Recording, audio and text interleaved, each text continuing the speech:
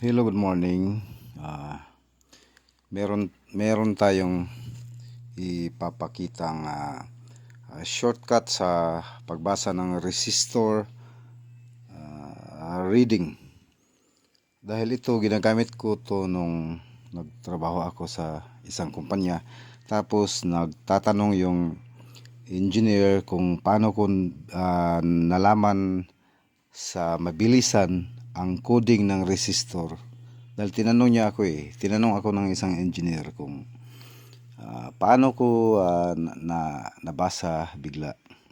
Dahil siya ginagamitan pa yata niya ng, iwan ko lang kung may mathematics pa siya. Pero meron din to. Kagaya nito, ito ay the color of the resistor is orange, and the third band is orange. Ibig sabihin yan ay ang orange ay 3 dito. Tapos pangalawang code is 3 din. So meron na tayong 33. Tapos sa pangatlong band is 3 pa rin. So sa multiplier niya ay 1 key. Kaya kung i-multiply mo yung 33 times 1k equals 33k or 33,000.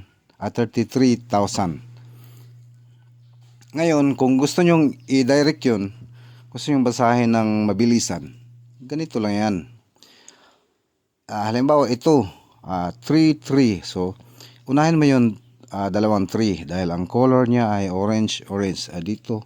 So, first band 3 dahil orange. Second band, ito 3 pa rin. So, ilagay mo na lang 33. Ito yun. Tapos, pag nakita mo yung third band na 3, i-direct mo yun. Ibig sabihin, 3 0 mo na. Dahil 3 siya, ilagay mo yung 3 0. Ayun, 33k na yun. Or 33k.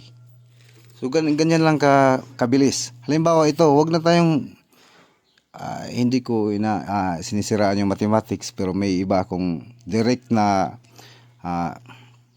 pagbabasa. Nakuha ko to dahil sa mabilisan trabaho. Gusto kong madalian din yung pag-reading code, which is accurate. Okay naman, effective. Dito tayo sa brown, black, brown.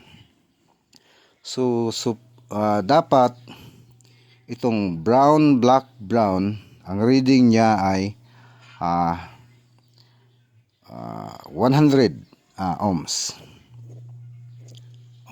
Paano siya nagiging 100 ohms?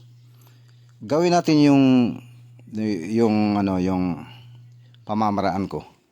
Ang first band is brown. So, sa brown, that is 1.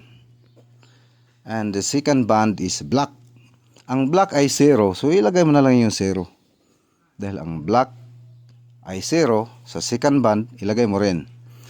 Dahil dito, sa third band ay brown, kung basahin mo dito yung brown ay 1, ay ilagay mo na rin yung 1, 0. Huwag ka nang multiply. Medyo medyo katamaran, pero effective to. Gusto ko lang tumulong sa mga baguhang technician. That is 100 ohms. Ganun yon. So gagawa tayo ulit ng 1k. So kung ito ay mabasa pa ba? Kung ito ay 1k, dito brown, ito brown, black and red.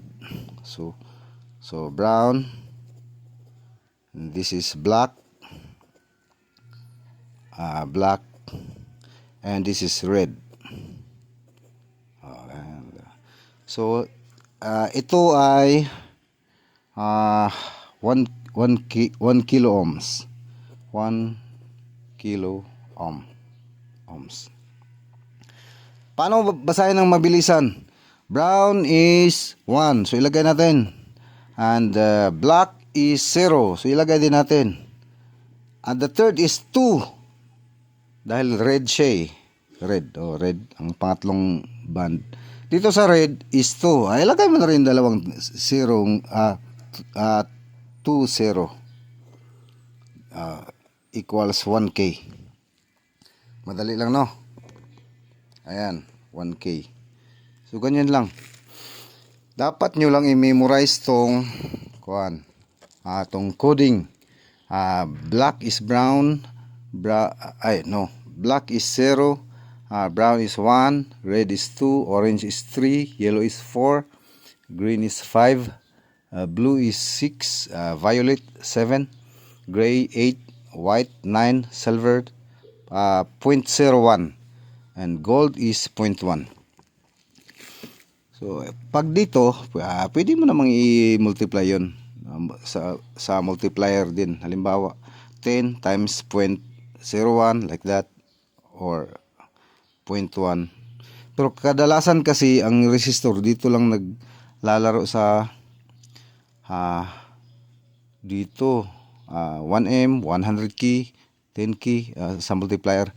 Pero ang ibig kong sabihin sa pangatlong band diretso mo na lang sa halimbawa, ang pangatlong band ay red.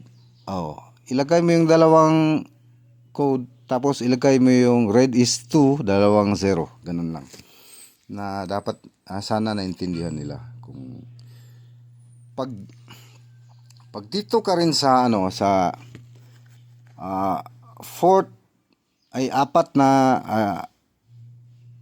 band dito, dito ay 4, tapos dito isa tolerance.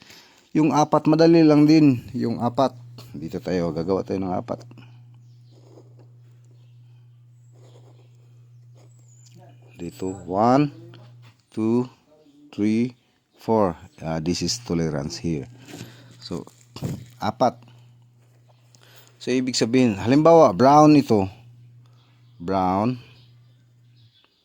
Ito rin. Red. And this is halimbawa lang to brown din. And this is red. Ang pang-4. Ilagay nyo lang itong brown. Ilagay nyo rin 1. Ganyan lang din. Tapos itong second band is red. So ilagay nyo ang 2 dahil ang red ay 2. Ilagay nyo. Third band brown. So that is 1. Ilagay nyo rin. Ito na. Gawin yung multiplier ang pang-4. Gawin ninyong multiplier ang pang-4. So dahil nag-shortcut tayo, this is red. Ilagay nyo na dalawang 0. Ganyan ang nangyari. 12.1 12 equals 12.1